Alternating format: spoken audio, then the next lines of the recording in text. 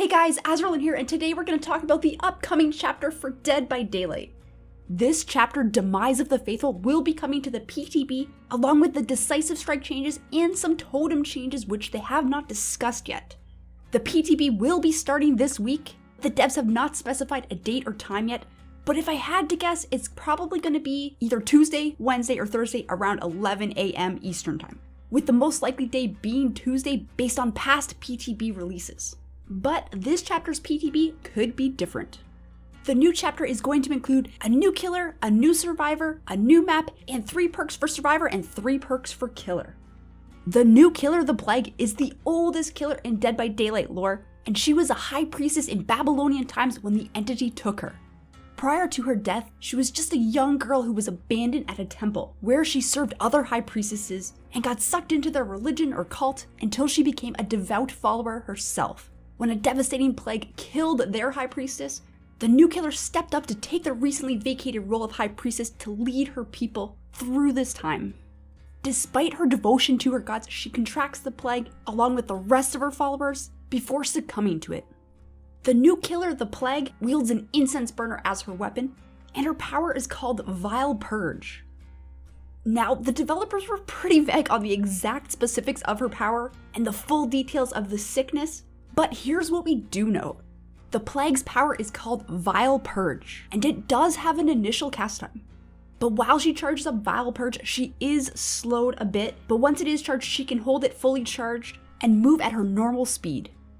Once you release the ability, you puke everywhere, plaguing different things around the environment like the pallets or generators, or right on the survivors themselves. Survivors that interact with the Plague objects or get puked on suffer from an increasing sickness and start puking everywhere themselves. As the Plague survivors complete more tasks in the map, they grow sicker and sicker. But the devs don't actually say what happens when survivors get sicker or what happens when you hit the max sickness. There is a way to cleanse this sickness though, and it's by using the fountains that are located around the map.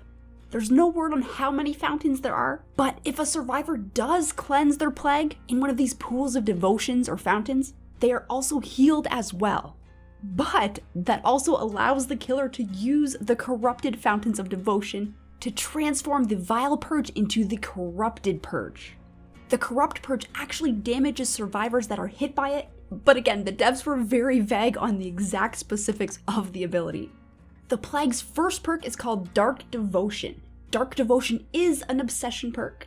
Hitting the obsession with your basic attack causes your tear radius to transfer to the survivor, and that survivor emits a 32-meter tear radius for an unspecified amount of time. During this time, the killer's tear radius is reduced to 0. Triggering Dark Devotion causes the perk to go on cooldown for an unspecified amount of time. The obsession can still hear the tear radius even when it's on them, and also perks and add-ons that affect the killer's tear radius also affect the survivor's tear radius. Now, in my opinion, Dark Devotion on its own doesn't sound all that great for most killers, but it will really depend on how long it actually lasts for.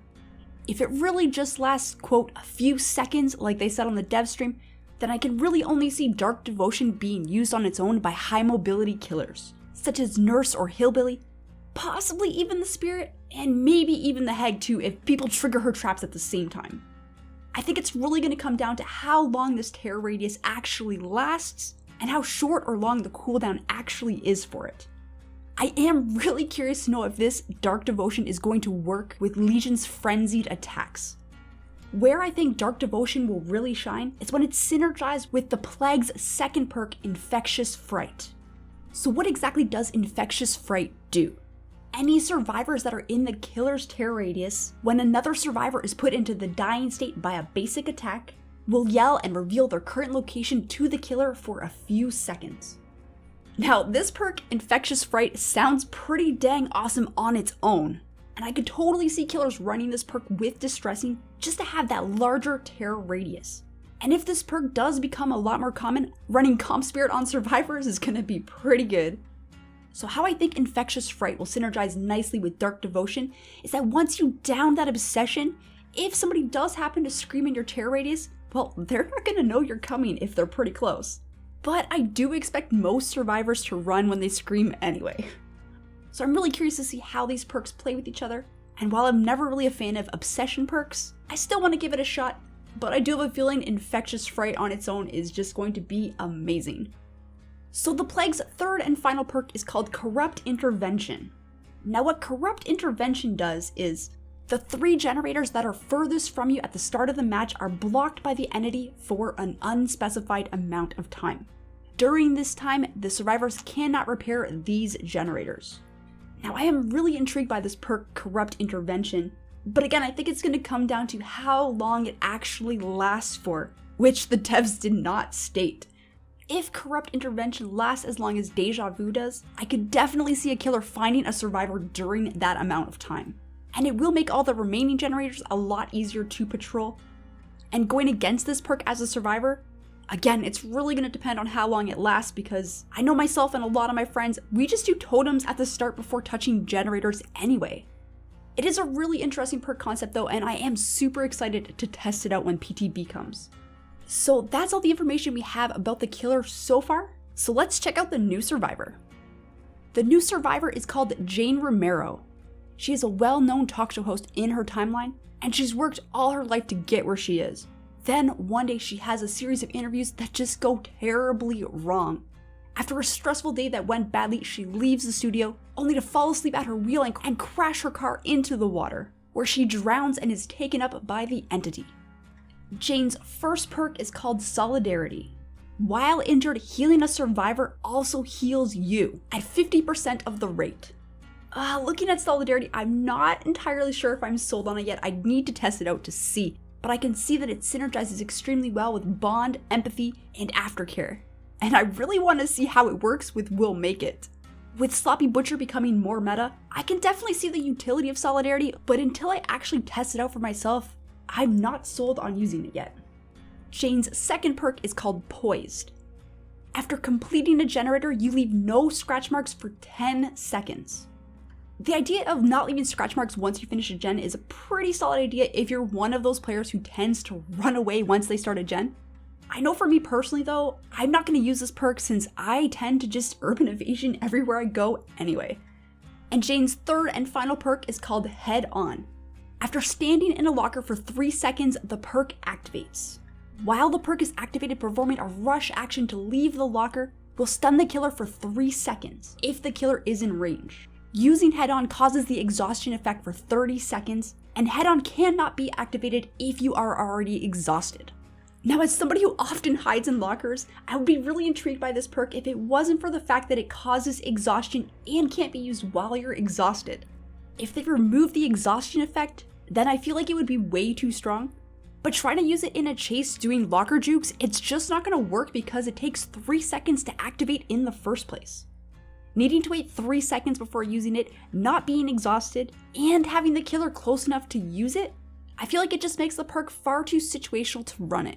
But it would be really fun if you can get it to work. And overall, I don't see very many people running this exhaustion perk over all the other ones that are currently available that are more reliable. I think a lot more people would be inclined to use this if it wasn't for the 3 seconds that you need to be in the locker before using the perk. So taking a look at both the killer and survivor perks, I find the survivor perks a little bit underwhelming, but I am super duper excited for the killer perk Infectious Fright, and I can't wait to try it. As for the new map that's going to be introduced with this chapter, I am super hyped for that as well. The new map is a variation of the Red Forest, and the Red Forest is my absolute favorite map to date. So this variation of the Red Forest has a massive temple in the middle of it. The temple itself has multiple floors, and repairing the generators inside it will actually open different doors in the crypt of the temple. I'm glad to see that it's not a full indoor map though, as trying to hide blood on stone and concrete is quite challenging as a survivor. So I love that this new map has a lot of outdoor areas with the rain and the trees and the grass and all the things that I love about the Red Forest map itself. So that's it guys, that's what we know about the new chapter, Demise of the Faithful. I can't wait to try the new killer, and I'm really looking forward to the PTB. I'd love to know which you guys are most excited for, so let me know in the comments below. I really hope you guys enjoyed the video. Please make sure to hit that like button if you did, and don't forget to subscribe if you're new to the channel. Thank you guys so much for watching, have a wonderful day, and I'll see you guys next time.